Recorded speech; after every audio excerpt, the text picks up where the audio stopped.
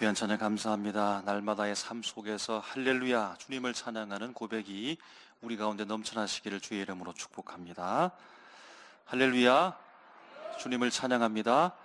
할렐루야 주님께서 우리와 함께 계시는 줄로 믿습니다. 사랑하는 삼일교회 성도 여러분, 우리는 지금 우리 교회 중요한 사역을 앞두고 있습니다. 여러분, 한 주 앞으로 다가온 귀한 일, 교회의 학론기 선거가 여러분 한 주 이후에 있게 되어집니다. 여러분, 마음이 어떻습니까? 주님의 일꾼을 세운다라고 하는 것이 한편으로 기분 좋고 또 설레기도 하지만 여러분 어떠합니까? 고민이 되기도 하고 또 마음이 무거워지는 현실도 여러분 경험하게 되어집니다. 여러분, 사람들은 흔히 좋은 일꾼을 세운다라고 하는 것, 좋은 지도자를 세운다라고 하는 것을 생각하면서 그 대상에 대한 공통적인 이미지를 여러분 떠올리게 되는데, 여러분 어떤 이미지가 떠오른가요? 좋은 일꾼, 좋은 지도자, 능력이 많고 말을 잘하고 사람들을 잘 이끌어가고 어떤 위기 앞에서도 흔들리지 않는 바른 선택과 결단력을 가진 사람, 여러분 등등의 이미지를 아마 여러분 떠올릴 텐데요. 여러분, 이런 조건을 갖춘 사람이라고 하면 사실은 어느 공동체에 가서라도 여러분 훌륭하게 일꾼으로서의 자질을 잘 발휘할 겁니다. 회사를 경영하는 CEO나 또 경영 리더십 전문가들은 이렇게 말하는데요. IBM 전 CEO 루 거스너라고 하는 사람은 지도자에게 있어서 실행과 결단력이 중요하다라고 말합니다. 미국을 대표하는 글로벌 제조 기술 기업인 GE 전 CEO 잭 웰치라고 하는 사람은 지도자에게 있어서 성과가 중요하다, 책임이 중요하다라고 말합니다. 세계적으로 영향력 있는 리더십 전문가인 존 C 맥스웰이라는 사람은 리더라고 하면 모범을 보이면서 앞장서 나가는 사람이어야 한다, 그 사람이 진정한 지도자이다라고 그렇게 강조를 합니다. 여러분의 생각은 어떻습니까? 어떤 사람이 지도자이며 어떤 사람이 하나님의 일꾼으로서 여러분 뽑혀야 되겠습니까? 이미 여러 가지 지도자 상에 대해서, 일꾼의 상에 대해서 여러분 이야기하게 되었으면 우리의 기준이 바뀌어질 수도 하고 여러분 정립될 수도 있겠는데요. 여러분 어떠합니까? 이 이상적인 일꾼을 보면서 과연 우리는 이 일꾼을 세울 수 있을까? 과연 이러한 일꾼을 우리는 찾을 수 있을까라고 하는 고민이 또다시 생기게 되어집니다. 그럼 그럼에도 불구하고 우리가 인정할 수밖에 없는 한 가지의 사실은 우리가 기대하는 모습과 실제적으로 여러분 세워지는 사람과는 차이가 있을 수밖에 없다라는 사실을 인정해야 된다는 겁니다. 그럼 또 한 가지는 겉으로 드러나는 모습과 진짜 속에 있는 내면의 모습은 다를 수 있다라는 사실입니다. 겉으로 혹 드러나지 않는다 할지라도 앞으로 진행 상황 속에서 그 내면에 잠재되어져 있는 좋은 일들이 일어날 수도 있다라고 하는 것입니다. 마지막 세 번째는 우리가 생각하는 그 기준이 항상 오를 수는 없다는 사실을 여러분 인정해야 된다라는 겁니다. 여러분, 이러한 생각 속에서 우리는 다시 한번 주의 몸된 교회를 생각하면서 하나님 앞에 기도했으면 좋겠습니다. 주님이 바라시는 일꾼이 누구입니까? 주님이 세우시는 일꾼은 어떤 존재입니까? 라는 제목으로 여러분 함께 기도했으면 좋겠습니다. 오늘 본문에는요, 여러분 두 부류의 지도자가 등장하는데, 먼저는 부정적 이미지를 가지고 있는 지도자입니다. 이 사람은요, 하나님께서 보시기에 책망받는 사람입니다. 다음으로는 하나님이 기뻐하시는 방식으로 세워지는 지도자입니다.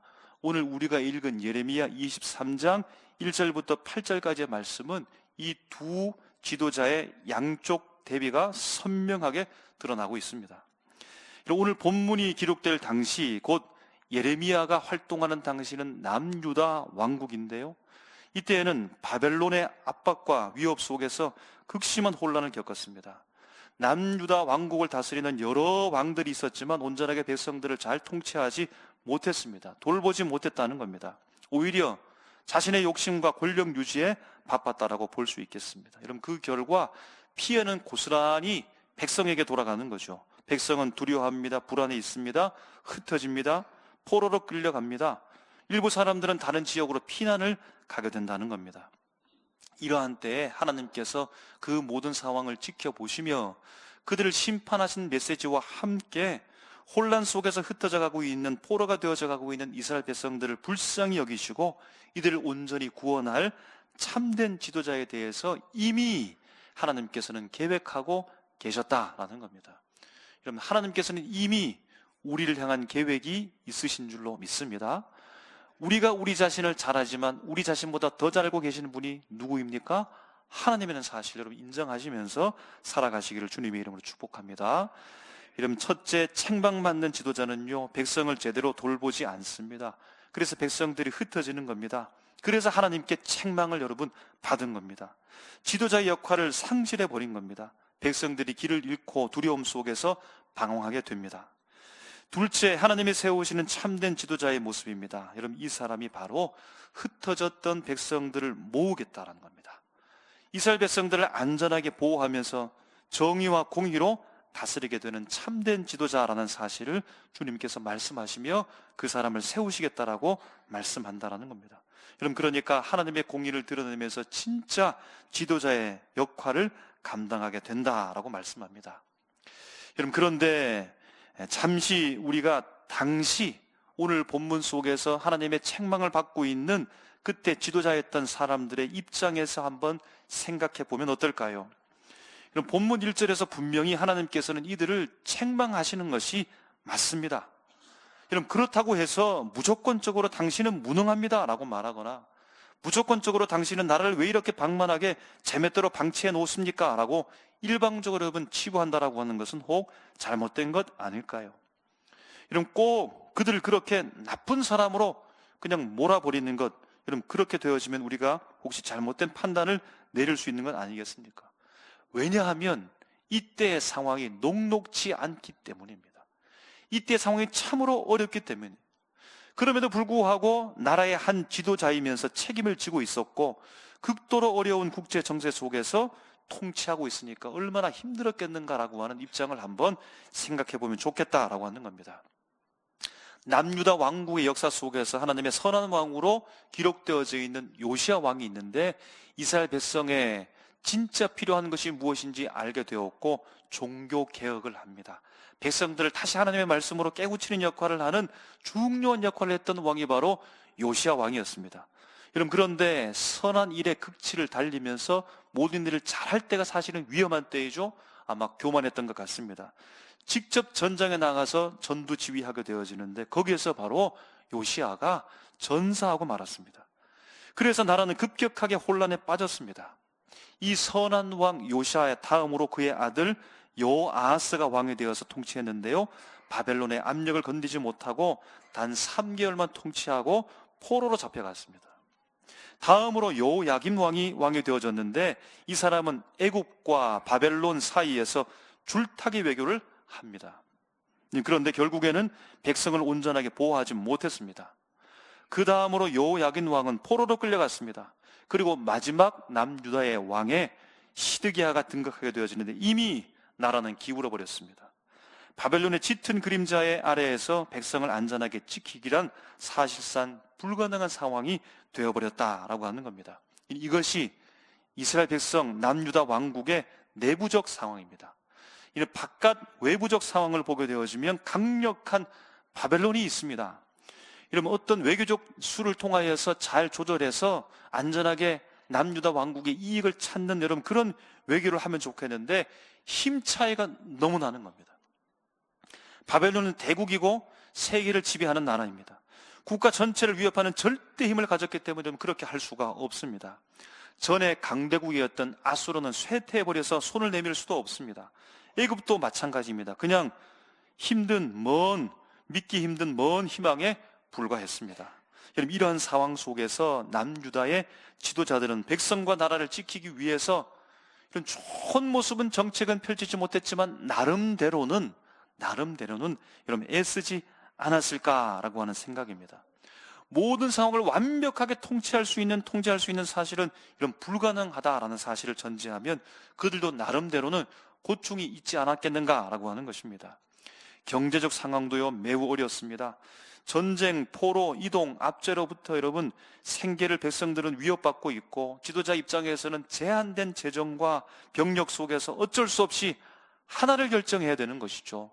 떡이 하나밖에 없는데 여러분 한 사람에게 주면 이 한 사람은 또 굶을 수밖에 없는 이 할 수 없이 고통에 처할 수밖에 없는 선택을 했다라는 사실을 우리가 보게 되어집니다. 이런 회사에서 팀을 맡은 어떤 책임자나 가정에서 책임을 지는 부모 입장도 마찬가지입니다.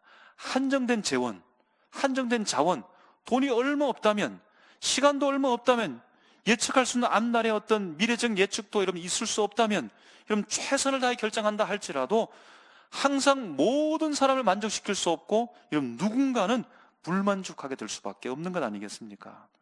모두가 다 안전하고 편안하기를 바라지만 현실에서는 어쩔 수 없는 결정과 희생이 따를 수밖에 없었던 것 아닌가라는 생각입니다.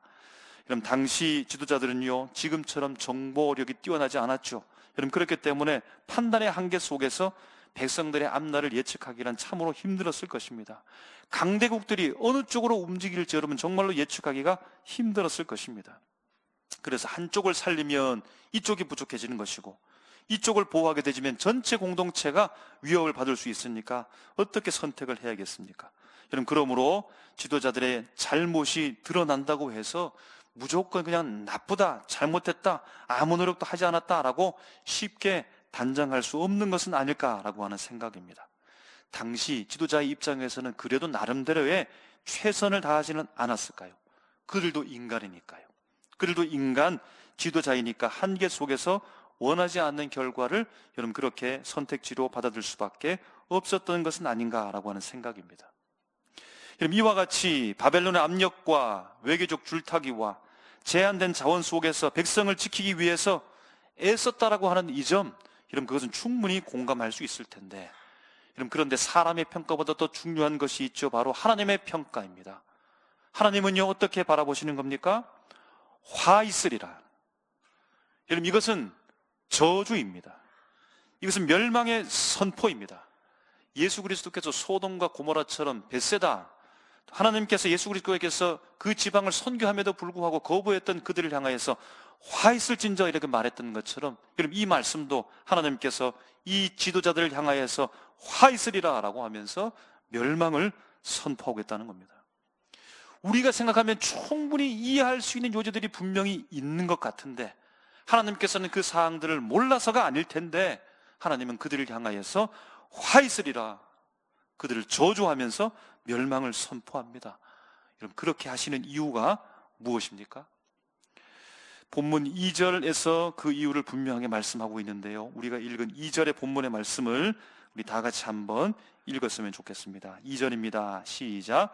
그러므로 이스라엘의 하나님 여호와께서 내 백성을 기르는 목자에게 이와 같이 말씀하시니라. 너희가 내 양떼를 흩으며 그것을 몰아내고 돌보지 아니하였도다. 보라, 내가 너희의 악행 때문에 너희에게 보응하리라. 여호와의 말씀이니라. 아멘. 여러분 하나님이 주목하시는 것이 무엇일까요? 인간적으로 생각하게 되어지면 다 이해할 수 있을 것 같은, 충분한 이해가 있을 수 있을 것 같은 이런 상황 속에서, 그럼에도 불구하고 하나님께서 이들을 향하여서 화 있으리라고 여러분 그렇게 멸망의 선포를 하시는 이유, 저주의 선포를 하시는 이유는 여러분 무엇입니까? 이런 문제가 무엇입니까? 인간이라면 충분히 이해할 수 있을 텐데, 이런 문제는 그들의 마음이었다는 겁니다. 여러분 어떠한 마음입니까? 바로 하나님께서 맡기신 양떼를 기르는 목자의 마음을 상실해 버렸다는 겁니다. 이리떼가 양떼를 덮치면서 양들이 사방으로 흩어질 때 그 상황 속에서 끝까지 내 한 마리의 양을 붙잡고 지키기 위한 이 돌보는 일을 하지 않았다는 겁니다. 본문 2절에서 돌보다라는 말은 파카드라는 말인데요, 관심을 기울이다, 깊이 살피다, 감독하다, 책임지다라는 말입니다. 여러분 이 말은 지도자, 왕, 하나님이 백성을 살필 때 주로 사용하는 단어를 여기에 쓴 겁니다. 당시의 지도자들이 목자가 되어져서 하나님이 그들에게 맡기신 그 양떼에 대하여서 파카드하지 않았다는, 책임지면서 돌보지 않았다는 겁니다. 하나님께서 그들에게 맡기셨음에도 불구하고 이 양들을 바라보면서 전심을 다해서 그들을 아끼는 마음으로 돌보지 않았기 때문에 하나님께서는 그들을 향하여서 화 있을진저라고 말하는 겁니다. 이런 만약 지도자들이 어쩔 수 없는 선택을 하거나 자신은 희생하면서 백성들을 살리는 선택을 했다면 그래서 어쩔 수 없이 소수를 포기할 수밖에 없었던 상황이라고 한다면 하나님께서는 이처럼까지 그들을 저주하시면서 화 있을진저라고 표현하지 않았을 겁니다. 여러분, 당시 실제적으로 양을 돌보는 목자는 양의 실제 주인은 아니었다는 겁니다. 양을 지키는 자, 관리자였습니다. 여러분, 그렇기 때문에 지도자는, 그때 당시 왕과 지도자는 그저 권력을 누리는 권력자, 유명세를 누리는 유명인이나 어떤 정치인이 아니라 하나님이 그들에게 맡기시고 세우시는 청직이었다는 겁니다. 백성은요, 그저 숫자에 불과한 사람이 아니라 하나님이 사랑하시는 하나님의 소유라는 겁니다. 그럼 내 소중한 어떤 물건도 누군가가 잃어버리고 막 다룬다고 한다면 화를 내죠. 내가 정말로 아끼고 사랑하는 사람, 내 자녀를 누군가가 막 몹시한다라고 한다면 여러분 참을 수가 없는 겁니다. 이스라엘 백성, 하나님의 성도들은 하나님의 소유인데 그 하나님의 소유, 하나님의 백성, 하나님의 양떼를 돌보지 아니하고 책임지지 않는 이 지도자를 향하여서 여러분 그렇게 하나님께서는 화를 내셨다라는 겁니다. 당시 실제적 목자는요, 양의 안전을 지키기 위해서 생명을 걸었습니다. 여러분, 그래서 다윗이 양떼를 지키기 위해 곰과 싸운 겁니다. 양떼를 지키기 위해 사자와 맞선 겁니다. 여러분, 곰과 사자와 맞선다는 얘기는 생명을 걸었다는 얘기입니다. 양이 도망가거나 잃어버리면 목자 책임입니다. 먹을 것을 비롯해서 양의 전반적인 생활을 목자가 책임지는 겁니다. 양 한 마리가 없어져도 반드시 목자가 찾아와야 되는 겁니다. 여러분, 그래서 이 상황 속에서 예수님께서 100마리 양 중에 99마리를 놔두고 잃어버린 한 마리 양을 찾으러 가는 심정을 주님께서 말씀했다라는 겁니다. 그렇습니다. 어려운 국내외 정세 속에서 그들의 고충이 심했을 것입니다. 여러분, 그럼에도 불구하고 하나님께서 이들을 책망하신 이유는 그저 실패 때문이 아닙니다. 그저 큰 성공을 하지 못했던 그 이유 때문이 아닙니다. 내 백성, 내 양들을 온전하게 지키지 못하는, 지키려 하는 목자의 마음도 없는 이런 이 상황을 바라보면서 하나님께서는 그들에게 화 있을진저라고 말했으며 그 목자의 심정을 상실했기 때문에 이 백성들이 흩어지는 결과의 아픔까지 그 현실로 왔다는 사실도 그들을 향하여서 책망하고 있다라는 것입니다. 오늘 본문의 예레미야 23장 5절 6절에서는 이러한 상황 속에서 하나님께서 세우시는 참된 목자, 바로 그분을 메시아라고 하는 겁니다. 주님께서 메시아를 예고하시고 메시아 곧 참된 목자를 통하여서 주님께서 이스라엘 백성을 회복시키시겠다고 이렇게 말씀하십니다. 예레미야 23장 우리가 읽었던 5절 6절도 다 같이 한번 읽도록 하겠습니다. 5절 6절입니다. 시작. 여호와의 말씀이니라. 보라, 때가 이르리니 내가 다윗에게 한 의로운 가지를 일으킬 것이라. 그가 왕이 되어 지혜롭게 다스리며 세상에서 정의와 공의를 행할 것이며 그의 날에 유다는 구원을 받겠고 이스라엘은 평안히 살 것이며 그의 이름은 여호와 우리의 공이라 일컬음을 받으리라. 아멘. 할렐루야. 다윗에게서 한 의로운 가지를 일으키겠다고 주님께서 말씀하시는 것은, 다윗에게서 나온다는 것은 메시아가 그 역사적으로 정당한 왕의 계보를 가지고 있다는 겁니다. 곧 이미 하나님께서 예고하신 그 예고대로 지도자가 온다는 겁니다.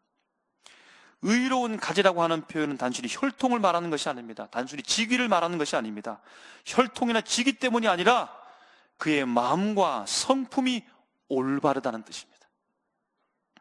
지혜롭게 다스린다라는 말은 단순히 잘 판단하는 능력을 갖추었다는 말이 아니라 사람의 상황과 필요를 정확하게 이해한다는 겁니다. 그래서 균형 있게 지도하는 능력을 갖추었다라는 겁니다. 세상에서의 정의와 공의를 행할 것이다 라고 하는 말은 단순히 법과 규칙을 지킨다는 말이 아니라 백성의 안정과 권리를 보호하고 공정하게 다스린다라고 하는 의미입니다. 유다가 구원을 받고 이스라엘도 평안히 산다라고 하는 말은 단순히 생존과 안전만을 말하는 것이 아닙니다. 흩어졌던 이스라엘 백성들을 다시 모은다는 겁니다. 포로로 끌려가고 자신의 생계 때문에 피난 갔던 사람들을 외부의 세력 속에서 두려워하고 불안에 빠졌던 그래서 흩어져 버렸던 이스라엘 백성 공동체를 다시 모으게 한다라는 겁니다. 그의 이름은 여호와 우리 공의라 일컬음을 받으리라 라고 하는 말씀은 하나님의 공의를 반영한다는 겁니다. 그럼 하나님을 반영한 존재가 누구죠? 메시아 예수 그리스도입니다. 예수님께서 사역하실 때 그의 제자 중 한 명 빌립이 주님, 우리에게 아버지를 보여주십시오. 아버지를 보여주면 족하겠느냐라고 그렇게 요청했을 때 예수님께서 빌립을 향하여서 말합니다. 빌립아, 내가 지금까지 너희와 함께 있었는데 왜 아직까지 또 아버지를 보여달라고 하느냐라는 겁니다. 그럼 예수님께서 이 땅에 오셔서 사역하신 그 모든 행적들은 하나님도 없고 구역도 없고 율법도 없고 자기 자신만 단독적으로 나와서 사람들에게 보이려 했던 목적이 아닙니다. 예수 그리스도를 보게 되어지면 하나님이 누군가를 정확하게 알 수 있는 겁니다. 그래서 하나님의 사랑의 극치를 보여준 사건이 예수 그리스도께서 십자가의 죽음의 사건을 통하여서 이스라엘 백성과 온 인류와 우리를 하나님이 얼마만큼 사랑했는지 바로 십자가 예수의 사건을 통하여서 하나님의 사랑을 보여주었다라는 겁니다. 하나님을 가장 잘 보여준 존재가 바로 예수님이었다는 겁니다. 바로 하나님의 공의를 그 메시아 지도자가 반영한다라는 겁니다. 사랑하는 삼일교회 성도 여러분, 오늘 하나님이 세우시는 참된 지도자, 여러분 그 메시아, 바로 그분을 통하여서 우리 교회에 항존직을 세우는 중요한 기준을 삼기를 주님의 이름으로 축복합니다. 이런 메시아의 통치 원리와 성품을 닮은 사람을 선택해야 됩니다. 그럼 첫 번째 메시아는요, 의로운 가지라고 불렸다고 하죠. 여러분 이것은 혈통과 명성에 의지하는 것이 아니고 하나님 앞에서 바른 마음과 성품을 가진 사람을 여러분 선택하셔야 됩니다. 사랑과 책임감으로 성도 한 사람 한 사람을 소중히 여기는 사람을 선택하십시오. 작은 일에도 성실하고 힘들어하는 성도를 보게 되어지면 외면하지 않는 사람을 선택하셔야 됩니다. 직분을 명예로 삼지 아니하고 내 권력과 권한으로 삼지 아니하고 맡겨진 내 양을 찾는, 내 양을 돌보는 그 일로 여기는 사람을 선택해야 됩니다. 메시아는 지혜롭게 다스리는 분이라고 말합니다. 여러분 이것은 단순한 판단력을 말하는 것이 아니라 사람들의 상황을 잘 이해하는 사람이라는 겁니다. 그래서 충분히 이해하기 때문에 아주 균형 있게 모든 것들을 결정하는 마음의 지혜를 품은 사람을 선택하라는 겁니다. 공동체를 깊이 이해하고 조화롭게 이끌 수 있는 사람을 선택하십시오. 어려운 순간 속에서도 감정으로 혹은 누구 편을 드는 편애가 아니라 공동체의 유익을 선택할 수 있는 사람, 빨리 가는 것을 중요하게 생각하는 것이 아니라 바른 길로 가는 그 길을 선택할 줄 아는 사람을 여러분 선택해야 됩니다. 여러분 메시아는요, 정의와 공의를 행하며 백성에게 평안을 주시는 분이라고 말합니다. 말이 앞서는 사람이 아니라 실제적으로 성도를 보호하는 행동이 앞서는 사람, 상처받은 사람이 누군 줄 아는 사람, 교회가 안전하고 따뜻한 공청도 될 수 있도록 힘쓰고 애쓰는 사람을 여러분 선택해야 되는 겁니다. 메시아의 이름은요, 여호와 우리의 공이라고 말합니다. 여러분 참된 지도자는 하나님과 바른 관계에 있는 사람입니다. 하나님의 얼굴을 반영하는 사람을 선택해야 되는 겁니다. 여러분 우리는 완벽한 사람을 찾는 게 아닙니다. 그러나 적어도 하나님 앞에 서려고 하는 사람 앞에 자기 이름을 드러내고 하는 사람이 아니라 할 수만 있으면 하나님 앞에 나가는 사람, 할 수만 있으면 주님 앞에 기도하는 사람, 할 수만 있으면 하나님 앞에 예배하려고 하는 사람을 여러분 선택해야 된다는 겁니다. 성도를 지극히 사랑하고 섬기는 사람을 선택하십시오. 하나님의 뜻을 따라서 교회를 세우려고 하는 사람을 선택하십시오. 내 뜻으로 자꾸만 이끌어가려고 하는 사람은 여러분 교회를 어렵게 하는 사람입니다. 하나님께 책망받는 지도자는요, 자기가 살기 위해서 하나님의 양들, 하나님의 백성들을 다 흩어버렸습니다. 나만 살면 되니까요, 내게 유익만 있으면 되니까요. 여러분 그런데 주님이 바라시는 지도자는 예수 그리스도 그 메시아는 어떤 분입니까? 선한 마음을 가지시고 지혜로우시며 공의롭게 양들을 돌보시는 분이었습니다. 여러분 이러한 하나님이 세우시는 귀중한 목자의 마음을 가지시는 하나님의 일꾼을 선택하는 우리 교회가 되시기를 주님의 이름으로 축복합니다. 여러분, 그래서 정말로 주님이 기뻐하시는 교회가 되어져서 이 시대 속에서, 이 지역 속에서, 나라와 민족 가운데 그저 모였다 흩어지고 무의미한, 자기들끼리만 좋아하는 그런 모임이 공동체가 아니라 세상 속에서 빛이요 소금이 되어지고 하나님의 나라를 보여주고 구원의 방주의 역할을 감당하게 되어주고 주의 일꾼들이 풍성하게 되어져서 이 세상과 열방 가운데 하나님의 사랑을, 진짜 하나님의 사랑을 예수님과 같이 전해줄 수 있는 하나님의 사람이 모이는 우리 주의 몸된 교회가 되시기를 주의 이름으로 축복합니다. 기도하겠습니다.